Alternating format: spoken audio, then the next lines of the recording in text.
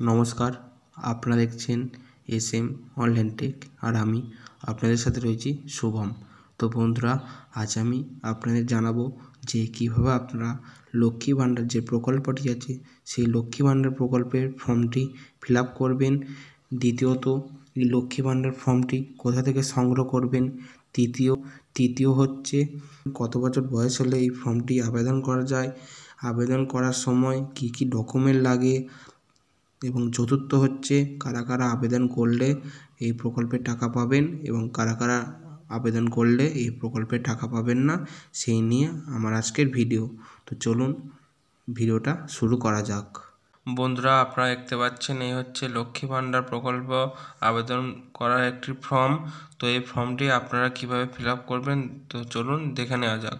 তো প্রথমেই আপনারা ফর্মটা ফিল আপ করার আগে এইখানে 1 কপি রঙিন ছবি লাগিয়ে দেবেন। তারপর আপনারা এখানে দেখতে পাবেন যে অ্যাপ্লিকেশন আইডি, ঠিক আছে। তো এই অ্যাপ্লিকেশন আইডিটা আপনাদেরকে লেখার দরকার নেই, এখানে শুধু অফিসাররা এখানে অ্যাপ্লিকেশন আইডিটা লিখবে, ঠিক আছে। তো এই গেল 2 নম্বর পয়েন্ট। 3 নম্বর পয়েন্ট আছে দুয়ারে সরকার রেজিস্ট্রেশন নম্বর। দুয়ারে সরকার রেজিস্ট্রেশন আপনাদের দেওয়ার দরকার নেই। যদি আপনারা এই ফর্মটি দুয়ারে সরকার থেকে নেন তাহলে এখানে দুয়ারে সরকার রেজিস্ট্রেশন নম্বরটি লিখবেন। আর যদি আপনারা কোনো অনলাইন সাইবার ক্যাফের দোকান থেকে নেন অথবা বিডিও অফিস থেকে এই ফর্মটি সংগ্রহ করেন তাহলে এখানে দুয়ারে সরকার রেজিস্ট্রেশন নম্বরটা লেখার দরকার নেই।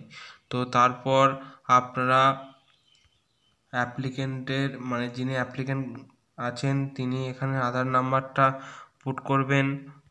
তারপর আপনারা এখানে আবেদনকারীর নাম অর্থাৎ আবেদনকারী প্রথম নাম, মধ্য নাম এবং পদবী। তো তারপর আপনারা এখানে মোবাইল নম্বরটা বসাবেন। মোবাইল নম্বরটা ম্যাগনেটারি, যেহেতু স্টার মার্ক দিয়ে আছে সেহেতু আপনারা মোবাইল নম্বরটা বসিয়ে দেবেন। তো তারপর এখানে বলেছে ইমেল আইডি, যদি থাকে তাহলে দেবেন, না থাকায় দেওয়ার দরকার নেই। তো তারপর আপনারা এখানে ডেট অফ বার্থটা বসাবেন, যিনি অ্যাপ্লিকেন্ট আছে তার ডেট অফ বার্থটা বসাবেন। তার নিচে দেখতে পাচ্ছেন বয়স, এখানে বয়সটা হিসাব করে লিখে দেবেন। তো তার ফিল আপ হবে। এই গেল 1 নম্বর পেজ। তো তারপর আপনারা দ্বিতীয় পেজে আসবেন। দ্বিতীয় পেজে আসার পর এখানে দেখতে পাবেন ফাদার্স নেম, মাদার্স নেম এবং সামস নেম। বাবার নাম লিখবেন, মায়ের নাম লিখবেন এবং স্বামীর নাম লিখবেন। বাবার নাম, মায়ের নাম, স্বামীর নাম, যদি স্বামী না থাকে তাহলে স্বামী নাম লেখার দরকার নেই। অর্থাৎ ধরুন আপনার বিয়ের আগে 25 বছর হয়ে গেছে, আপনি লক্ষ্মী ভাণ্ডার প্রকল্পে আবেদন করছেন, তাহলে আপনি টাকা পাবেন এখানে। সেই জন্যই এখানে পাউস নেমের ঘরে স্টার মার্ক নেই, অর্থাৎ ম্যাগনেটারি নয়। আপনি বাবার নাম এবং মায়ের নাম দিতে পারেন। তারপর এখানে বলেছে যে কাস্ট কি জাতি, যদি আপনি SC ST আদার্স হন তাহলে এখানে লিখে দেবেন এবং টিক মার্ক দিয়ে দেবেন। যদি আপনি SC ST হন তাহলে এখানে সার্টিফিকেট নম্বরটা এখানে বসিয়ে দেবেন এই ঘরে। তো তারপর আপনারা এখানে কন্ট্যাক্ট ডিটেলস, অর্থাৎ এখানে আপনার স্টেট কি আছে, ডিস্ট্রিক্ট, পুলিশ স্টেশন, ব্লক, তারপরে জিপি অর্থাৎ গ্রাম পঞ্চায়েত, ভিলেজ অর্থাৎ গ্রাম, হাউস নাম্বার থাকলে দেবেন, না থাকলে দেওয়ার দরকার নেই। তারপরে পোস্ট অফিস, তারপরে পিনকোড, ঠিক আছে। তো তারপর আপনারা এখানে ব্যাংকের অ্যাকাউন্টের ডিটেলস বসিয়ে দেবেন। এখানে ব্যাংকের নাম, ব্যাংকের শাখার নাম, bank account number, IFSC code, এখানে পুরোটা সঠিকভাবে ফিল আপ করবেন। সঠিকভাবে যদি না ফিল আপ করেন, একটা যদি ওয়ার্ড অর্থাৎ সংখ্যা যদি বা আপনার ব্যাংকের নামটা যদি ভুল হয়ে থাকে তাহলে আপনার টাকা আসবে না। তারপর আপনারা দেখতে পাবেন নিচে বলেছে যে enclosure list self attested copy, সংযুক্ত নথির তালিকায় ফটোকপি সঠিক বক্সে টিক দিন।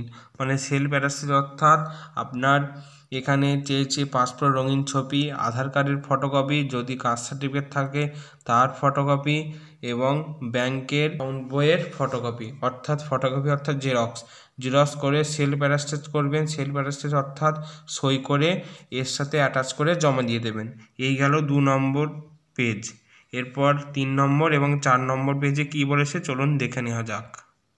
এখানে 3 নম্বর পেজে আপনার এখানে সইটা করবেন, সিগনেচার অফ অ্যাপ্লিকেন্ট, আবেদনকারীর স্বাক্ষর, তারপর এখানে ডেটটা বসাবেন।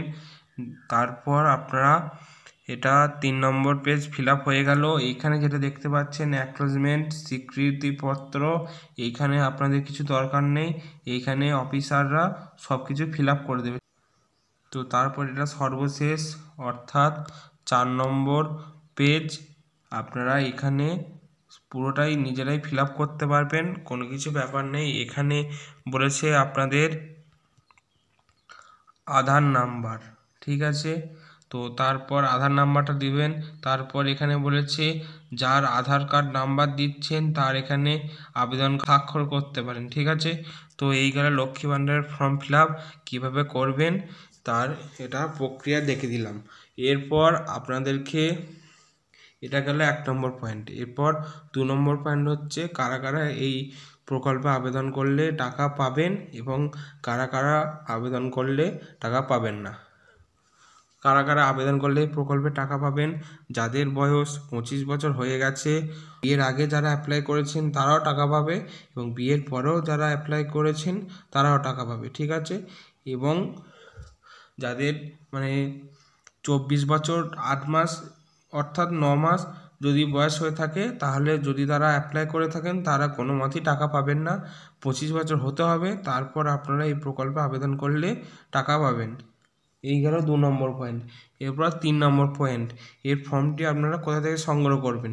দেখুন, আপনারা যদি দুয়ারে সরকারে এই প্রকল্পটি আবেদন করেন তাহলে আপনারা দুয়ারে সরকার থেকে এই ফর্মটি সংগ্রহ করে নেবেন।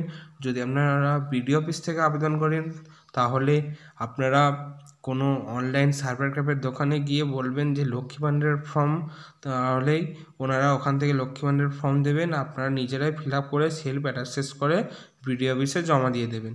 এই গেল লক্ষ্মী ভাণ্ডারের সম্পূর্ণ ডিটেলস, কীভাবে ফিল আপ করবেন, কী ডকুমেন্ট লাগবে, কী কারা টাকা পাবেন না, কারা টাকা পাবেন, কোথায় জমা দেবেন, কোথায় ফর্ম পাবেন, সম্পূর্ণ তথ্য আপনাদেরকে জানিয়ে দিলাম। যদি ভিডিওটা ভালো লেগে থাকে তাহলে অবশ্যই চ্যানেলটা সাবস্ক্রাইব করবেন এবং পাশে থাকা বেল আইকনটি অল নোটিফিকেশান করে রাখবেন।